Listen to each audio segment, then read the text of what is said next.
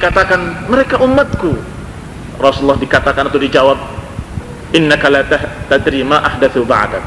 Ikhwan fillah a'azakumullah.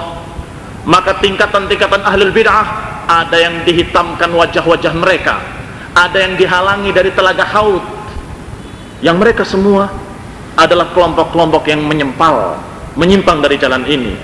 La takunu, jangan kalian seperti mereka. La takunu kalladzina tafarraqu, jangan kalian menjadi seperti mereka yang berpecah belah, yang menyimpang, yang menyempal dari jalan sunnah, dari jalan Rasulullah dan para sahabat. Innal ladzina farraqu dinahum wa kanu syi'an lasta minhum fi syai'. Mereka-mereka yang memecah belah agamanya dan mereka beraliran-aliran, berkelompok-kelompok, kelompok sempalan. Lasta minhum fi syai'. Lasta, al-mukhatabnya adalah Rasulullah SAW. Engkau tidak termasuk golongan mereka. Engkau bukan golongan mereka dan mereka bukan golonganmu. Dikatakan bukan golongan.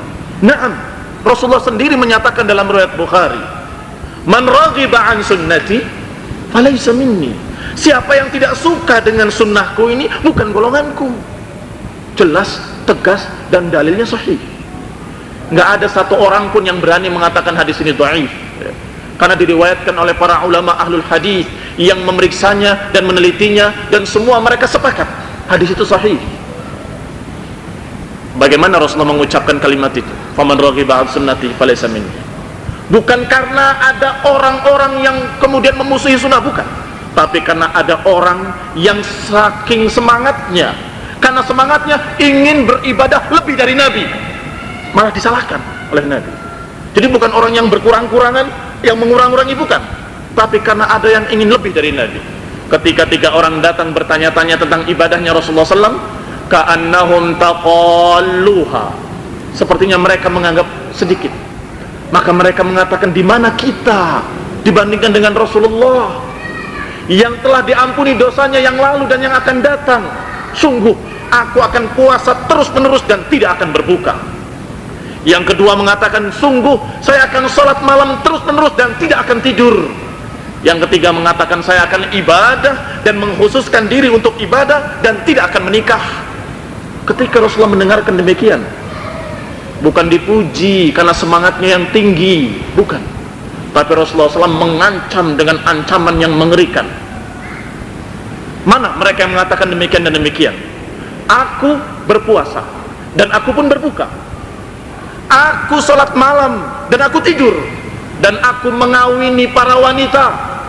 Faman raghiba an sunnati falaysa minni.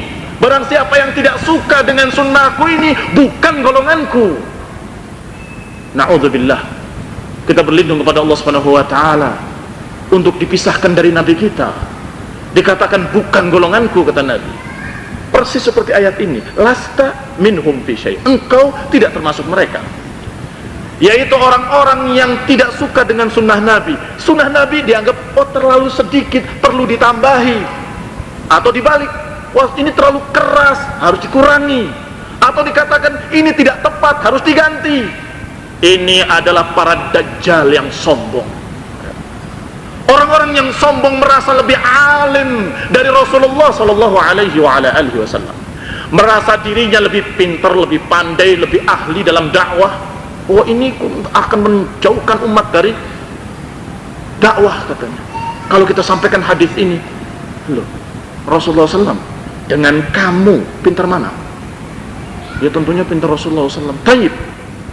Apakah Rasulullah menyampaikan tentang Isra Mi'raj beliau kepada kufar, kepada kaum muslimin seluruhnya, kepada manusia, atau tidak? Menyampaikan. Dalam keadaan mereka melihat ini suatu berita yang sulit diterima oleh akal. Dalam waktu semalam ke Baitul Maqdis yang di Syam, yang harusnya ditempuh dalam waktu sekian bulan, ini semalam. Dan kemudian ke Sidratul Muntaha.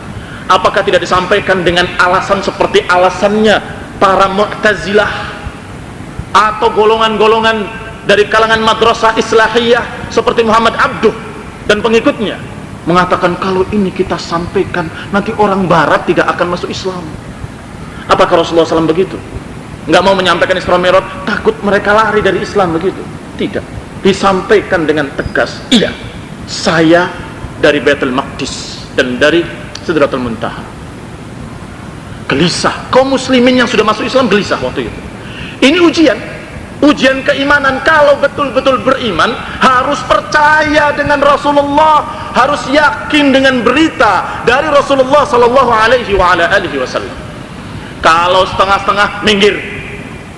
Kalau ragu-ragu dengan Nabi, minggir. Kamu berarti tidak beriman. Iman itu harus dengan keyakinan, dengan akidah. Yang terjemahannya akidah adalah keyakinan. Kalau ragu, apa iya, ada apa enggak ya?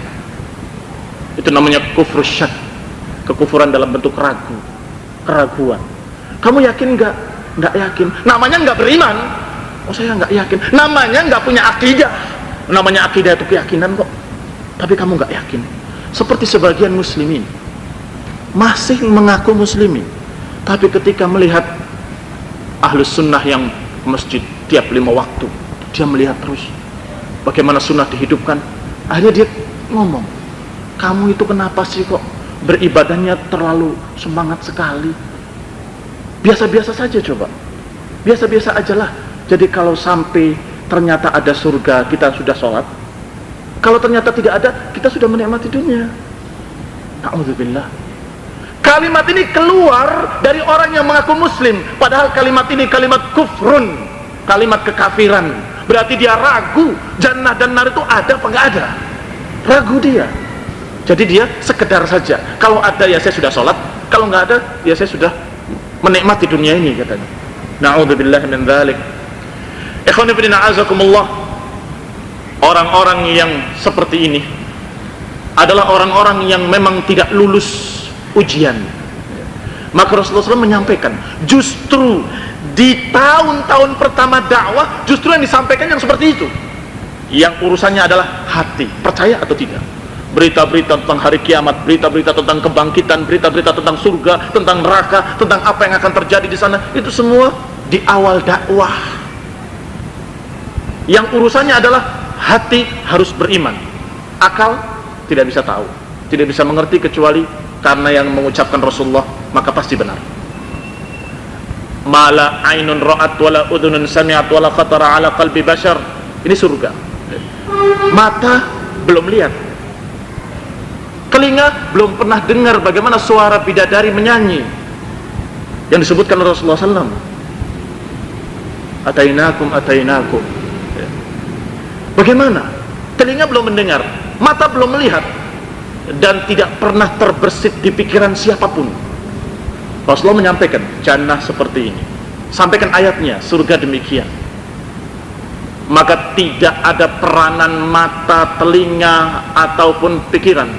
Yang ada adalah bahwa ini pasti benar karena dari Allah melalui lisan Rasulnya sallallahu alaihi wasallam.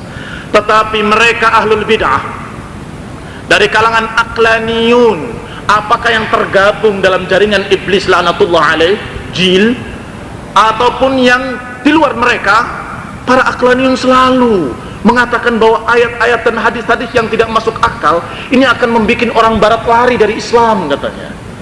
Jadi jangan disampaikan. Terus kamu anggap Islam ini atau dakwah ini seperti dagang sapi atau dagang kue. Kalau ternyata keju nggak laku, ganti kismis. Kalau kismis nggak laku, ganti coklat, begitu. Astagfirullahaladzim. Agama ini adalah dinullah, agama Allah yang tidak boleh dikurangi, tidak boleh diganti, tidak boleh dirubah. Ini Islam. Mau terima, tidak mau kita tidak memaksakan. La ikraha fid din. Tidak ada paksaan dalam agama. Nanti saksikan akibatnya. Begitu selesai. Sampaikan apa adanya. Qala Allah, qala Rasul. Ikhwani fillah, azakumullah.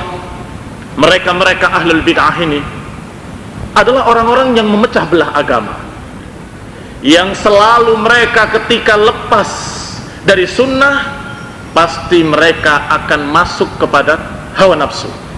Kalau lepas dari Quran dan sunnah pasti mereka akan berpegang dengan pikirannya. Saya pikir ini benar, saya rasa ini tepat disampaikan, dan itulah yang membuat perpecahan. Innal ladzina farraqu dinahum wa kanu syi'an lasta minhum fi syai'. Dan kalau mereka memecah belah agama ini dengan menguranginya atau mengganti atau merubah, maka Rasulullah berlepas diri dari mereka. Faman raghiba an sunnati falaysa minni. Siapa yang tidak suka dengan sunnahku, kata Nabi, bukan golonganku. Jelas ya. Maka ahlu sunnah pun akan mengatakan dengan ucapan Nabi sama. Kalau mereka itu menyimpang dari sunnah dan menentang sunnah, maka mereka bukan golongan kami. Wah, memecah belah umat, bukan memecah belah, mereka yang menyimpang dan memisahkan diri dari Rasulullah dan para sahabatnya. Fad-dinu wahid wa huwa ma jaa bihi Rasulullah, kata Syekh Shalih Al-Fauzan, agama ini satu, yaitu yang dibawa oleh Rasulullah SAW. La yaqbalul inqisam ila diyanatin wa ila madhahib mukhtalifah.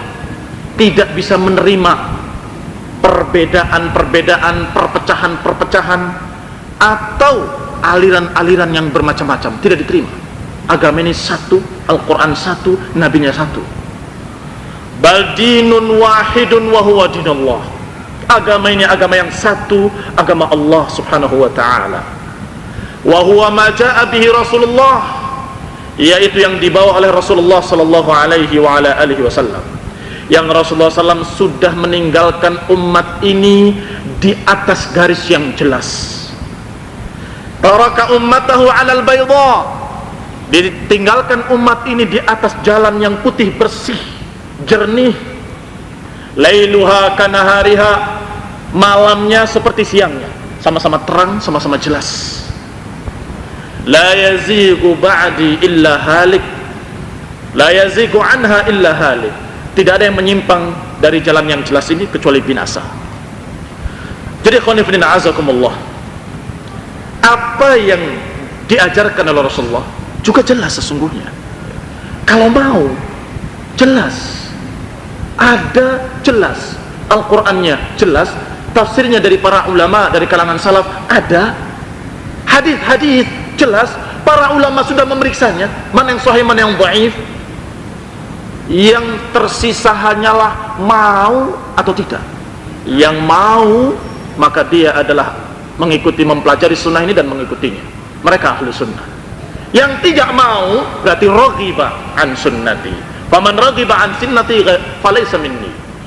Barang siapa yang tidak mau dan benci kepada sunnahku ini, bukan golonganku, kata Nabi. Rasulullah bersabda sebagaimana dalam riwayat Imam Malik dalam Muwatta'nya dan juga Imam Hakim meriwayatkan dalam Mustadraknya, taraktu fikum ma in tamassaktum bih lan tadillu ba'di abadan, kitabullah wa sunnati. Aku tinggalkan di tengah-tengah kalian sesuatu yang kalau kalian berpegang dengannya setelahku, kalian tidak akan tersesat. Kitabullah wa sunnati, kitabullah Al-Quran dan sunnahku, kata beliau alaihi salatu wassalam. Maka dalam riwayat lain juga Rasulullah mengatakan, taraktukum ala mahajjatin bayda lailuha kanahariha sawa la yazigu anha ba'di illa halik. Aku tinggalkan kalian di atas jalan yang putih bersih, jelas, malamnya seperti siangnya. Kalau jalan-jalan dalam artian jalan di dunia ini yang dikatakan alamatnya sudah jelas, kalau malam tetap gelap. Tapi jalan Islam ini, jalan sunnah ini, jalan siratul mustaqim ini, kata Nabi, aku tinggalkan kalian di atas jalan yang jelas, terang benderang, malamnya dan siangnya. Lailuha kanahariha sawa. Maka kalau sudah jelas tapi tetap tidak mau diterima, disebutkan di dalam ayat tadi, wala takunu kalladzina tafarraqu wakhtalafu min ba'di ma ja'atuhumul bayyinat. Janganlah kamu seperti mereka, berpecah belah, bertikai, padahal telah ada kepada mereka, telah datang kepada mereka al-bayyinat. Al-bayyinat dengan mahajjatun bayda lailuha kanahariha sama, terang-terang, benderang, jelas, gamblang. Hanya saja seringkali hawa nafsu yang menolak. Wah, ayat ini berat, saya tidak bisa nerimanya. Atau hadis ini Saya nggak bisa nerima. Sesungguhnya kekufuran itu, ya. Nggak percaya saya. Tetapi ketika dikatakan kamu nggak percaya pada Quran, kamu nggak percaya pada hadis, dia takut. Oh enggak, saya percaya. Tapi mungkin ini ada makna lain. Jadi lafadznya diterima, maknanya tidak diterima. Ini ahlul dhalal juga. Maknanya diterima, lafadznya qala Allah Ta'ala demikian, terima sama dia. Hadis diterima, ya hadisnya sahih, saya terima. Tapi maksudnya bukan seperti dohirnya. Jangan tekstual kamu, kata dia. Memang teksnya begitu, tapi maknanya bukan begitu. Loh, kok enak? Kalau kamu bilang begitu, maka setiap orang akan bisa mengatakan seperti itu. Ayatnya maknanya dohirnya seperti itu, tapi ada makna batin, ada makna lain yang tersirat. Kamu tahu dari mana? Apakah turun wahyu kepadamu maksudnya ayat ini demikian? Tidak. Dari mana kamu tahu? Inilah ahlul bid'ah. Tidak menolak ayat terang-terangan, tidak menolak hadis terang-terangan, tetapi menolaknya dengan cara menyelewengkan maknanya, alias menerima lafaz, tidak menerima makna. Ini juga ahlul dhalal. Mereka juga pemecah belah. Yang Allah katakan pada mereka, apa kepada Rasulnya alaihi salatu wassalam, lasta minhum fi syai'. Engkau bukan golongan mereka. Mereka bukan golonganmu. Bukan golongan Rasulullah sallallahu alaihi wa ala alihi wasallam. Wa ma ja'at tafarruq fil kitabil aziz illa madmuma. Kalau kita lihat dalam kitabul aziz dalam Al-Qur'an, tidak disebut kalimat perpecahan kecuali tercela. Selalu dalam konteks dicela. Dan tidak disebutkan kata jamaah. Bersatunya mereka di atas hak selalu terpuji. Jadi kalau ada yang membaliknya, mereka menentang bukan satu ayat, dua ayat, sekian banyak ayat. Kalau yang mengatakan bahwa perpecahan itu rahmat,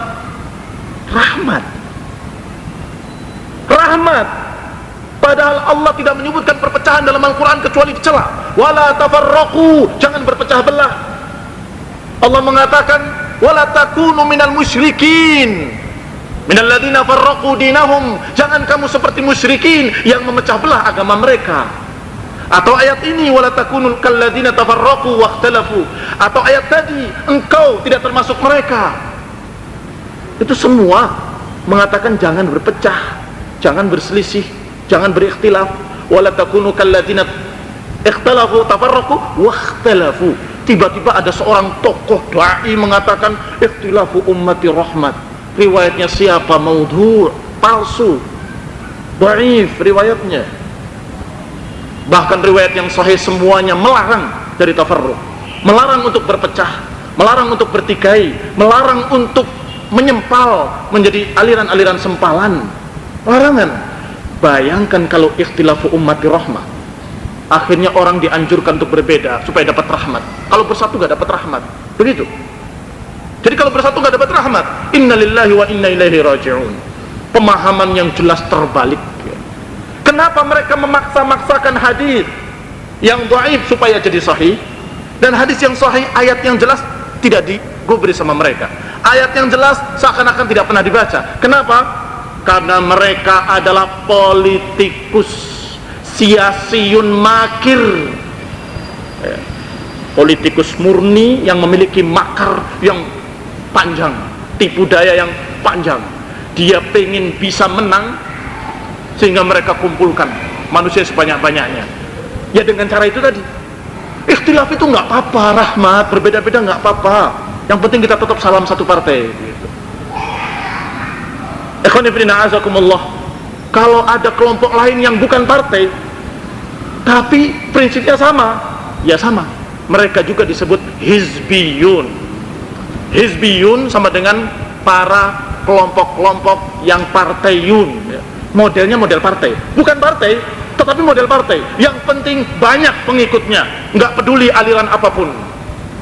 Itu namanya hizbi.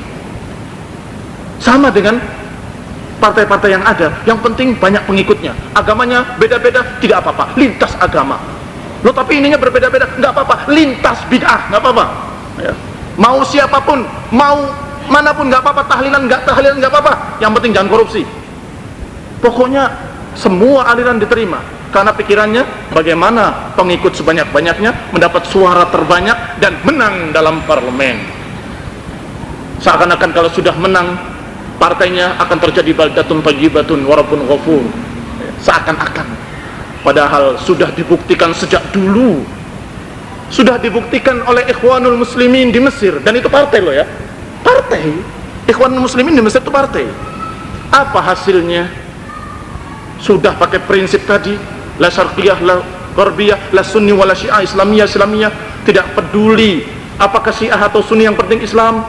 Sudah diupayakan persatuan, takrib baina sunnah wa syiah, ini diakui sendiri oleh pendirinya Hasan al-Banna dan lain-lain. Kami terus berupaya untuk merangkul dan bekerja sama atau menjadikan sunni dengan syiah menjadi satu.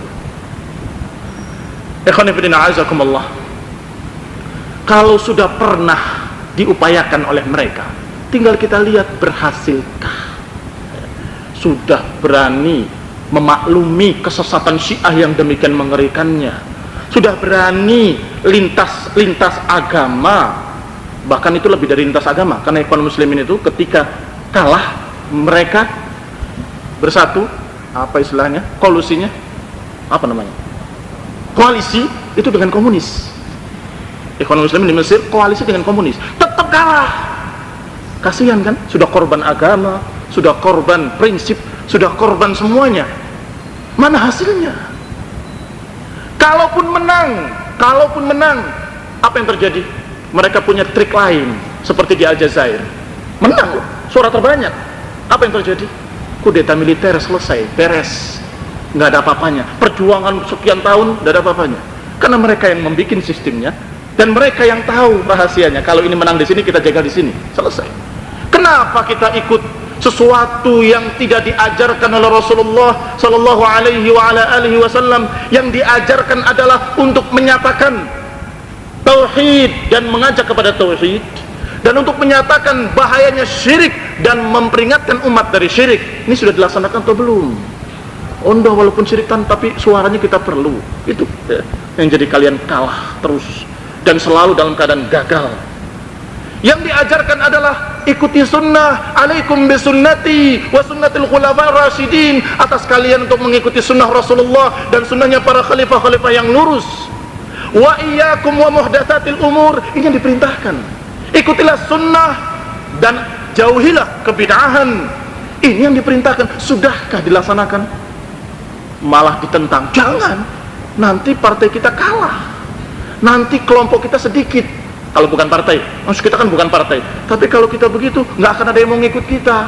Terlalu kaku, tidak bisa fleksibel, tidak lembut, apalagi kalimat-kalimat lainnya. Padahal ikhwani fillah azakumullah, bisa kita katakan dengan lemah lembut, wahai kaum muslimin, ikutilah tauhid, peganglah tauhid kuat-kuat, beribadahlah kepada Allah saja, jangan beribadah pada yang lain. Wahai kaum muslimin, semoga Allah beri hidayah pada kalian dan kita seluruhnya.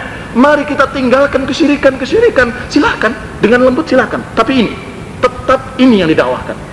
Ikutilah sunnah dan hati-hati dari bid'ah. Bisa disampaikan dengan lembut, bisa dikatakan kepada seorang muslim, assalamualaikum kafal, syuf, ini bid'ah, saya nasihati kamu karena saya sayang sama kamu.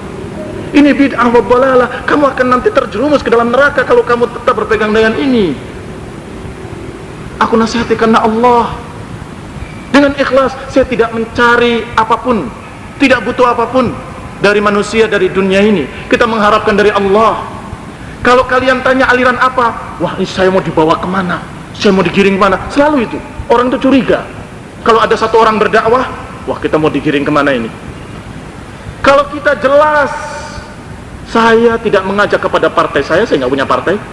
Saya tidak mengajak pada organisasi saya nggak punya organisasi. Saya mengajak untuk mengikuti tauhid dan hati-hati dari syirik, dan mengikuti sunnah dan menghindari bid'ah. Itu saja. Kembali kepada pemahaman para sahabat. Selesai. Dimanapun kamu berada, di tempat manapun, di masjid manapun, seluruh kaum muslimin kita ajak untuk mengikuti, beribadah kepada Allah saja dan tidak syirik, dan hanya mengikuti sunnah, dan jangan mengada-ada dengan kebid'ahan. Demikian pula dalam hadis disebutkan terlalu banyak perintah untuk mengikuti jamaah dan peringatan jangan sampai berpecah belah. Itu sangat banyak. Disebutkan diantaranya dalil tentang al-jamaah. Bahkan setiap kitab hadis ada bab khusus tentang wajibnya berpegang dengan jamaah. Berkata Ibnu Hajar dalam Fathul Bari, diriwayatkan tentang wajibnya berpegang dengan jamaah dalam beberapa hadis. Di antaranya yang diriwayatkan oleh Tirmidzi dan beliau mensahihkan, menyatakan ana amurukum bi khamsin, aku perintahkan kalian dengan 5 perkara, kata Nabi alaihi salatu wassalam, yaitu diperintahkan untuk mendengar dan taat pada penguasa, diperintahkan untuk berjihad, untuk berhijrah, dan untuk berjamaah, bersatu di atas hak. Kemudian diakhiri dengan kalimat fa inna man faraqal jamaah qaida shibrin faqad khala'a ribqal islam min unuqih. Barang siapa yang melepaskan dari jamaah sejengkal saja, maka dia telah melepaskan ikatan keislamannya dari lehernya. Hadis lain disebutkan oleh Rasulullah sallallahu alaihi wa ala alihi wasallam, alaikum bil jamaah wa iyyakum wal furqah fa inna syaitana ma'al wahid wa huwa minal itsnaini ab'ad. Selalulah kalian bersama jamaah dan hati-hati dari perpecahan, karena sesungguhnya yang namanya syaitan itu bersama yang sendirian, yang sempalan. Wa huwa minal itsnaini ab'ad, dan syaitan dari yang berdua lebih jauh, apalagi lebih banyak lagi. Diriwayatkan oleh Tirmidzi dan Imam Ahmad, dan juga lafaz lainnya dari Rasulullah SAW, wa man arada buhbuhatal jannah fa'alaikum falyalzamil jamaah. Barang siapa yang menginginkan tengah-tengahnya surga, buhbuhah artinya tengah-tengahnya atau yang terbaiknya. Barang siapa yang menginginkan yang paling indah dalam jannah, yang paling tengahnya di jannah, maka hendaklah falyalzamil jamaah, hendaklah tetap bersama jamaah, jangan berpecah belah. Demikian pula diriwayatkan dalam riwayat lain, Rasulullah sallallahu alaihi wa ala alihi wasallam menyatakan perintah untuk berjamaah terlalu banyak riwayatnya, sampai disebutkan oleh Imam Bukhari dalam satu bab khusus, bab wajibnya berpegang dengan jamaah.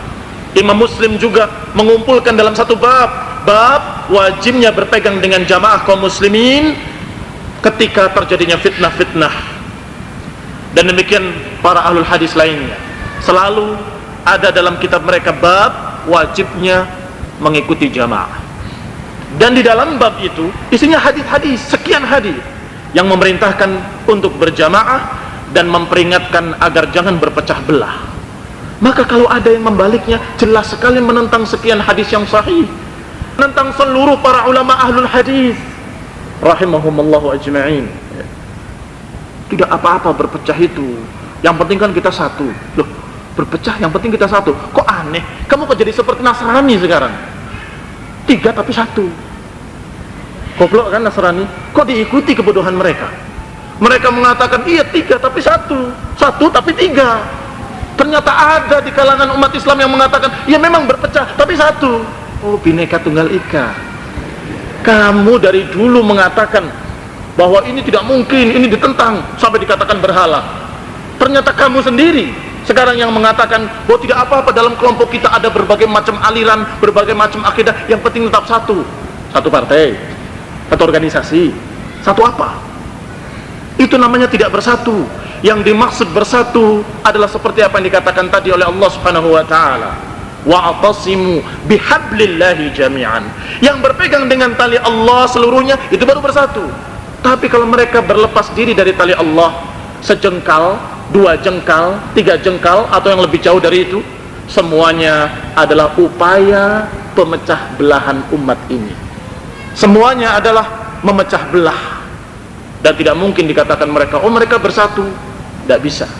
Sudah kita bantah bahwa yang demikian bukan bersatu, tapi menunda perpecahan. Bahkan hadis yang paling kita kenal, ya, yang oleh tokoh tadi Qardawi, ya, hadis yang mengatakan perpecahan itu rahmat dia angkat, hadis ini dia tolak, padahal para ulama mensahihkan, yaitu hadis perpecahan umat. Inna bani Israel tafarraqat ala 72 millah. Umat ini akan berpecah menjadi 73 golongan atau 72 golongan.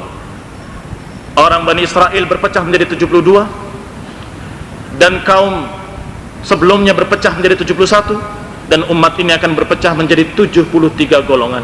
Kulluhum finnar illa wahidatun, semuanya dalam neraka kecuali satu. Wa man hiya ya Rasulullah? Qala ma ana alaihi al-yawm wa ashabi. Disebutkan kulluhum finnar, semuanya dalam neraka kecuali satu. Ini diriwayatkan oleh Tirmidzi dalam sunannya, oleh Al-Lalikai dalam syarah usul i'tiqad ahlu sunnah wal jamaah, diriwayatkan oleh Al-Ajurri dalam syariah,